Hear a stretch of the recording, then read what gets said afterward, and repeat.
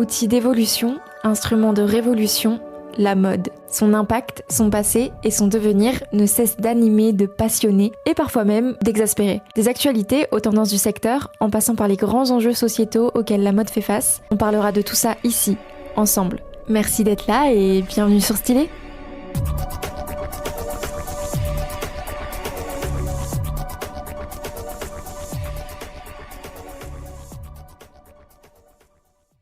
Bonjour et bienvenue dans ce nouvel épisode de Stylé. J'espère que vous allez bien et que votre semaine s'est bien passée. En tout cas, côté mode, on a appris plein de choses, alors sans plus attendre, voici le sommaire du jour.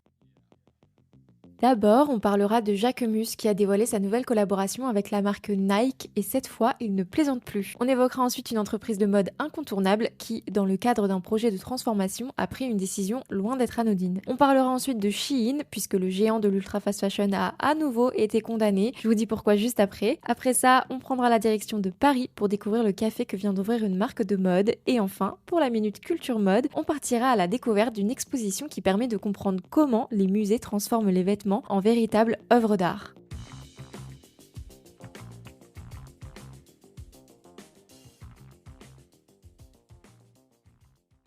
La semaine a débuté avec une sacrée annonce. Jacquemus a dévoilé sa nouvelle collaboration avec Nike, pensée à l'occasion de la Coupe du Monde de football qui a lieu aux États-Unis et qui débutera le 11 juin prochain. Ce lundi, Jacquemus, Nike et l'équipe de France de football ont dévoilé une vidéo inédite sur Instagram dans laquelle on aperçoit notamment Kylian Mbappé, Désiré Doué ou encore Ousmane Dembélé portant un vestiaire tricolore designé par les deux marques. En légende, Simon Porte-Jacquemus s'exprime sur cette nouvelle collection, confiant qu'en France, le football était bien plus qu'un sport, qu'il se vivait au quotidien et qu'il avait toujours fait partie de sa vie. Je cite, travailler avec l'équipe de France veut dire représenter un pays, une culture et des moments inoubliables. Si les collaborations entre Nike et Jacquemus sont toujours très suivies, celle-ci, je pense, risque de battre tous les records puisque s'associer à un tel événement est loin d'être anodin, même si pour Jacquemus, c'est pas vraiment une première. Il avait déjà participé à une campagne de présentation des maillots de l'équipe de France en 2018, toujours en collaboration avec Nike. Là, l'impact médiatique risque quand même d'être énorme. Dans la collection, on pourra retrouver de tout, des maillots évidemment, mais aussi des vestes, des shorts, des bas de jogging, le tout aux couleurs du drapeau français et dévoilant les logos Nike, Jacquemus et de l'équipe de France. Bref, ça promet, la collection sera disponible à la vente à partir du 11 juin prochain, évidemment,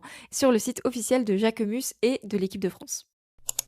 Après Okaïdi, une autre enseigne française a fait une grande annonce. Il y a quelques jours, la Redoute a annoncé la mise en place d'un projet de transformation. Et ce projet, il est loin d'être anodin. 171 postes sont menacés au sein de l'enseigne, dont 138 en France. Pour rappel, la Redoute, c'est un géant du e-commerce qui a été créé en 1837 à Roubaix. Donc c'est vraiment une enseigne historique qui a joué un grand rôle dans l'évolution de la mode telle qu'on la connaît aujourd'hui, mine de rien. Dans un communiqué de presse, l'entreprise a expliqué mettre ça en place pour renouer avec une croissance durable et s'imposer comme un pur player du e-commerce lifestyle, maison et mode en France et en Europe. En parallèle, elle veut contrer la concurrence d'Amazon et Shein en proposant notamment une expérience client encore plus personnalisée, en utilisant l'IA mais aussi en améliorant son offre, en développant plusieurs marques propres et pour ça, il y a quand même 29 postes qui vont être créés dans les prochains mois ou années. En attendant, la Redoute dit s'appuyer sur la force de sa marque, son savoir-faire, la proximité avec ses clients et l'engagement de ses équipes pour construire un modèle durable et tourné vers l'avenir. Affaire à suivre.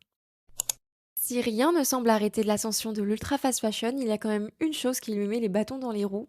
Les condamnations. Cette semaine, on a appris que Shein est copé de plus de 22 millions d'euros d'amende. La marque a été sanctionnée ce mercredi 3 juin par la DGCCRF pour plusieurs raisons. Le non-respect du délai de rétractation, vous savez, c'est les 14 jours auxquels on a droit pour se rétracter après un achat. Et ça, elle le respectait apparemment pas. Elle a également été condamnée pour information défaillante sur la qualité environnementale des produits, puis pour l'envoi aux consommateurs de confirmation de commande non conforme. Alors c'est pas la première fois que Shein est condamnée à payer une amende. L'année dernière, elle avait écopé d'une amende record de 40 millions d'euros pour pratiques commerciales trompeuses. Dans un communiqué de presse, Roland Lescure, le ministre de l'économie, Serge Papin, le ministre des petites et moyennes entreprises et Anne Le Hénaff, la ministre déléguée chargée de l'IA et du numérique, se sont exprimés au sujet de cette condamnation, assurant que la France continuerait à porter ce combat au niveau national et européen pour protéger les consommateurs et les commerçants qui subissent tous les jours les pratiques de ce type de plateforme. En parallèle, Shein aussi s'est exprimée de son côté en contestant ces sanctions qu'elle juge manifestement disproportionnées et discriminatoire, assurant qu'aucun préjudice pour les consommateurs n'avait été établi. Vous ne le savez peut-être pas, mais au début de sa carrière, Simon Porte-Jacquemus a collaboré avec une amie à lui qui est aujourd'hui à la tête d'une marque de mode prospère, inspirée de la parisienne. Cette personne, c'est Jeanne Damas. Mannequin pour Jacquemus à ses débuts, entre autres, Jeanne Damas a créé sa propre marque en 2016, nommée Rouge. Aujourd'hui, Rouge est devenue une marque de mode incontournable, distribuée à l'international. Et cette semaine, la Griffe passe un cap de taille puisqu'elle a célébré ses 10 ans avec un nouveau projet, lui aussi, résolument parisien. Elle ouvre son premier café. Depuis le 30 mai, il est possible de se rendre au Café en Rouge, situé à l'intérieur de la boutique emblématique de la marque, rue Bachaumont à Paris. L'idée est évidemment de s'inspirer des cafés français et des terrasses parisiennes. Par contre, niveau carte, je trouve qu'on est plutôt sur un genre de coffee shop. On peut déguster des cafés, des thés, des matchas, des lattés, des chai lattés, du kombucha ou encore de la food avec des madeleines, des cakes ou des cookies. Le café et son atmosphère, en tout cas, a vraiment été pensé comme une extension de l'univers rouge et comme une invitation à ralentir et à profiter de l'instant. Dans une interview accordée au magazine AD,